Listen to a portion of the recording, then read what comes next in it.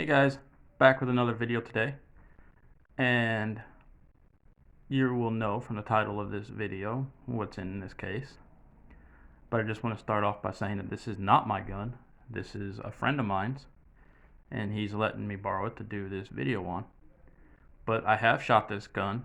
I've put in 3 or 4 magazines through it, so I got a little experience with shooting this. But I kind of just want to go over the gun, show the features, tell you a little bit about the long-term use, because he's got 2,000 rounds through it. So yeah, with that, let's get into it. Let's open her up and see what's inside. Show you some of the stuff that it comes with. Of course, not everything is in here, like the manual and all that stuff, and the lock that everybody loves. Everybody loves those locks so much that they give you one with every gun. But yeah, we got the gun. Show her here. He's got, it's the HK VP9SK in FDE, which I do like the FDE color. It's got the extra magazine with the little pinky extension on there. These are both 10-round magazines, this one and the one that's in the gun. The one that's in the gun is flush fit.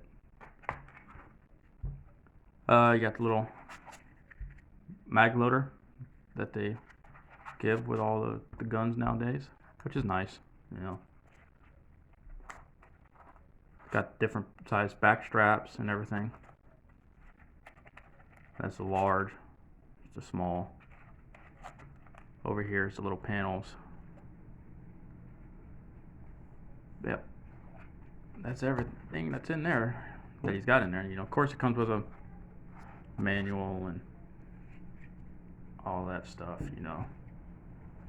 But let's close this up. Get that out of the way.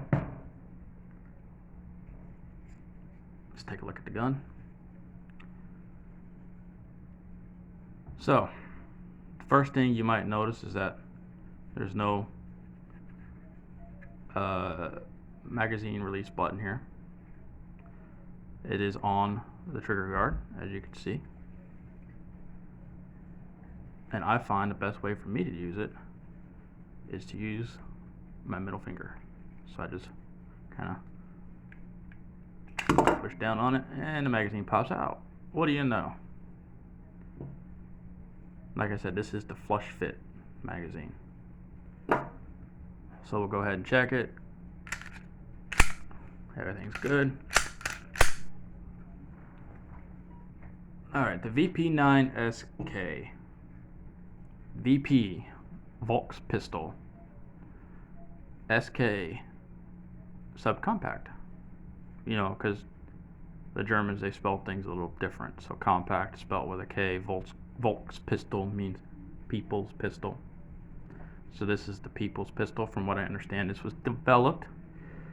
So they developed a gun that was a little bit more inexpensive for the commercial market, so more people can get into their guns, which is a good thing, with HK. But everybody knows how HK is. They're like, if you're not a military contract, they don't really give a shit.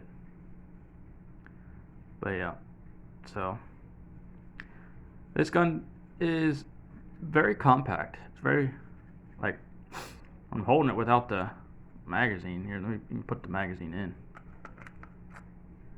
Put it in the right way. That's the flush fit. Pinky hangs off. So you might want to use that one. See, it holds the pinky. So, but this is a very small, compact pistol. It's very lightweight. Only weighs 23 ounces. It's got a 3.4-inch barrel in it, so about mid-length, for your compact guns. It does have an actual 1913 rail. This is not an HK proprietary rail, which is nice. That's a nice thing for them to do. No manual safety. Oh, this gun, because of the mag release, this gun is fully ambidextrous without having to change anything, because you have your slide stop there, and you have it on this side too. So Yep.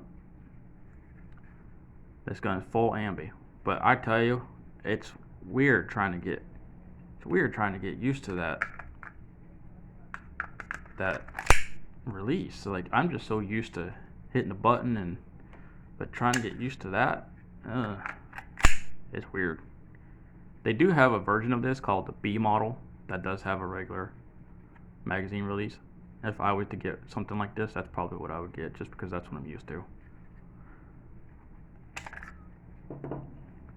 So it's got slide serrations up here on the slides. It's got front slide serrations. They're nicely deeply cut. Get a good purchase on them. And back here, and it has these little wings right here on both sides that you can grab hold. But I don't know. I find it better to just kind of grab it like this. Put my finger up against them like that in my hand. It's easier that way. The sights on this are pretty good.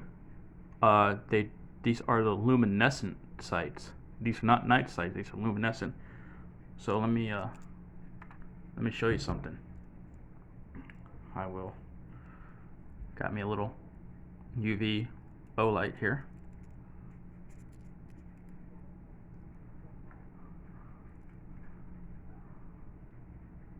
Get a little ultraviolet on there like that.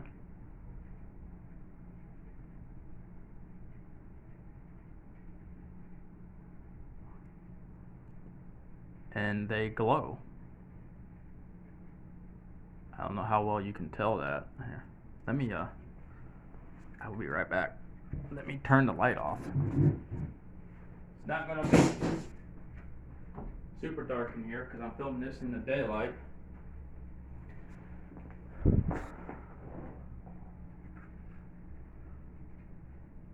But yeah, see, they glow, which is pretty freaking cool. So I really like that. It's a nice feature. They don't glow forever like if you come out, but they do give you a good glow.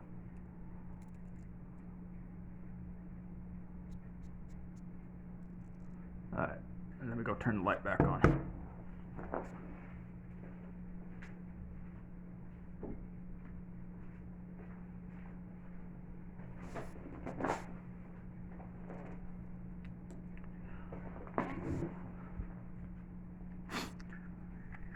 So like I said, he's got about 2,000 rounds in this, so I'm going to break this thing down and I'll show you how to do it. And we'll take a look at the inside. This is the coating that they call it, the nitro coating or something like that. I don't know. It's really durable. It's a really durable finish. So with this gun, you lock her back, and they say you don't. They say you don't have to pull the trigger. That's one nice thing about this, I guess, is you don't have to pull the trigger. But I mean, you have to lock it back. So if there was anything in there, it would come out.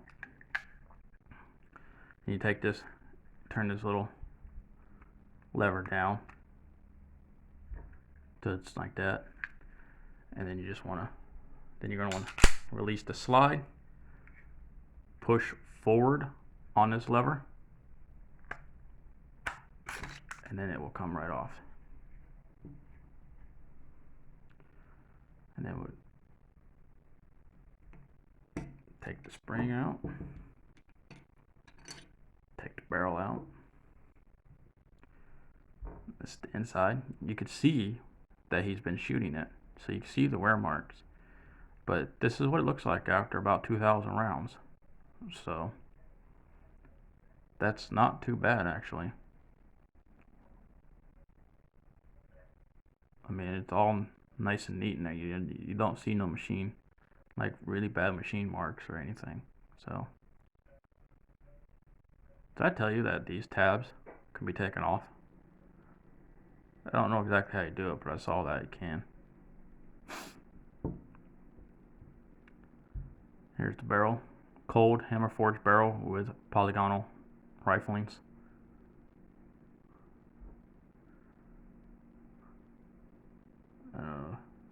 see them. Yep, that's the wear on the barrel. Not a whole lot, really. I mean, the coating and the finish on this holds up. Guide rod, metal guide rod with flat dual captured springs.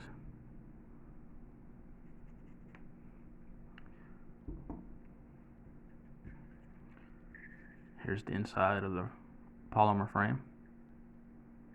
Does got nice wide frame rails right there.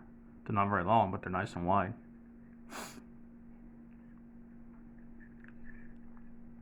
Alright, so let's go ahead and put this thing back together.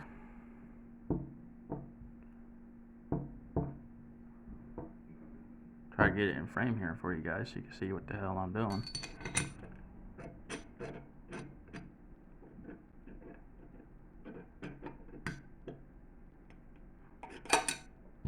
There it goes. I swear I know what I'm doing. At least I think I do.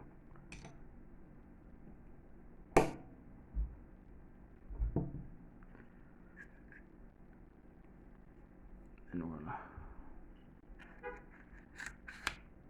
line that back up. Bring her back where she's locked up, and then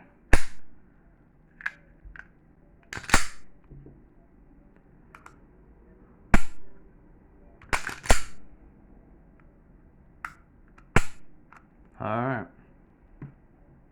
There you go, function check. Alright. I do remember something I want to talk about the sights. These sights they don't have no ledge on them.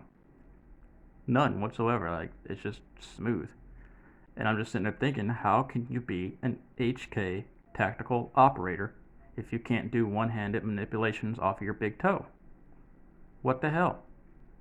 Come on, HK, get with the program. But we'll just move on from that because, you know, everybody's got to be a tactical operator. So I want to talk a little bit about the trigger here. And I don't know if it's just because this gun has got a lot of wear to it, but the take up, the break of the trigger is good. It has a good solid break. It's a good light break. I don't know exactly what the trigger weight is on this, but I would probably say it's somewhere around 4.5 to 5 pounds. But the take up to it, it's just gritty. And then you hear that?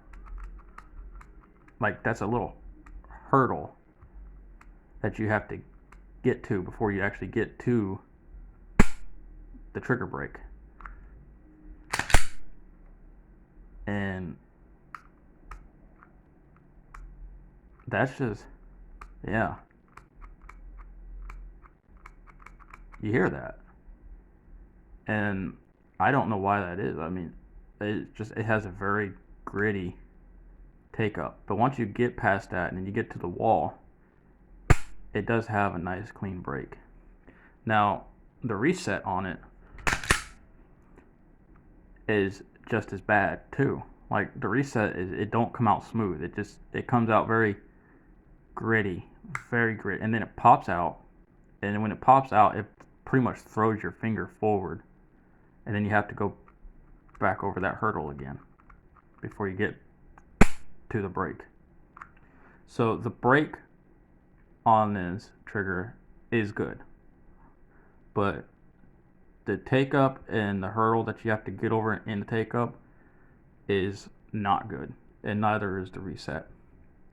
Honestly, it feels about the same as a Glock trigger, or maybe not as much take up. And I don't know, you guys might get mad at me for saying this, but that take up really feels just about the same as a G2C trigger or PT111 trigger. And I have a PT111, so it's pretty comparable. But that's my biggest complaint with this gun. And like I said though, I mean, once you get past that little hurdle, it has a very clean, light trigger pull. So that's not bad. You know, you can get accurate shots with this. But man, that gritty take up is just kind of disappointing. And maybe too, one more thing I'll talk about for the negatives, but I don't want to harp on it. The magazines, good magazines, no issues there. But they're 10 rounds. Like, I can understand 10 rounds maybe in this flush fit, but this one here with the pinky extension is still only 10 rounds. And why didn't they make it like 12 rounds? I know they have like 13 and 15 round magazines that you can get for this. My buddy has a 15 round one. But I'm just saying, why didn't it just come with something like that? And my biggest problem with this magazine, the one with this, is this severe angle on this base plate. So let me show you something. Everybody knows how a normal magazine, when you put it down, it kind of leans forward. This one, it leans backwards. So I had a hell of a time trying to load this magazine with this speed loader. It just won't do it. I cannot load this magazine with this speed loader. It just shoots. I can get the first round in, but after that, the angle, I don't know, is weird, and it will not. It just won't load that round. So you have to do it by hand, or maybe use that little HK mag loader that it comes with. Oh, and I have a video on this. If you want to see it, I'll put a link down in the description on this magazine loader. So you can see it works with other magazines. You know, normal magazines like this one. I had no problem loading this magazine with that speed loader. So if it loads this magazine with that speed loader and it don't load this one, it's got to be the change in angle. It's the only thing I could think of. There we go. See? But yeah. Alright. Back to the gun. It's an HK. So it's going to be reliable. It's going to be functionable. Like I said, he's got 2,000 rounds through it, and it's still going. So, but yeah.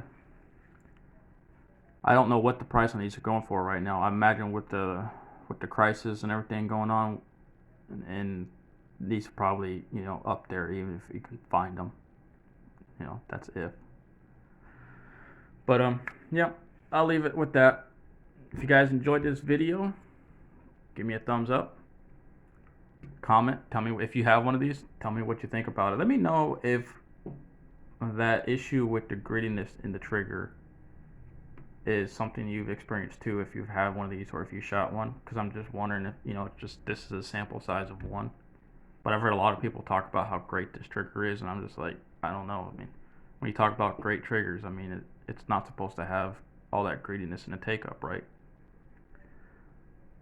But yeah, so rant aside, comment, let me know if you have any experience with this and that trigger, and subscribe if you want to see more gun stuff. I got more gun stuff coming up, and other things. I do plan on getting a series started here pretty soon. I'll talk about that later, because I don't want to get that going yet, but it will be coming up. And so yeah, subscribe and share with your friends, and you guys have a good one. Adios.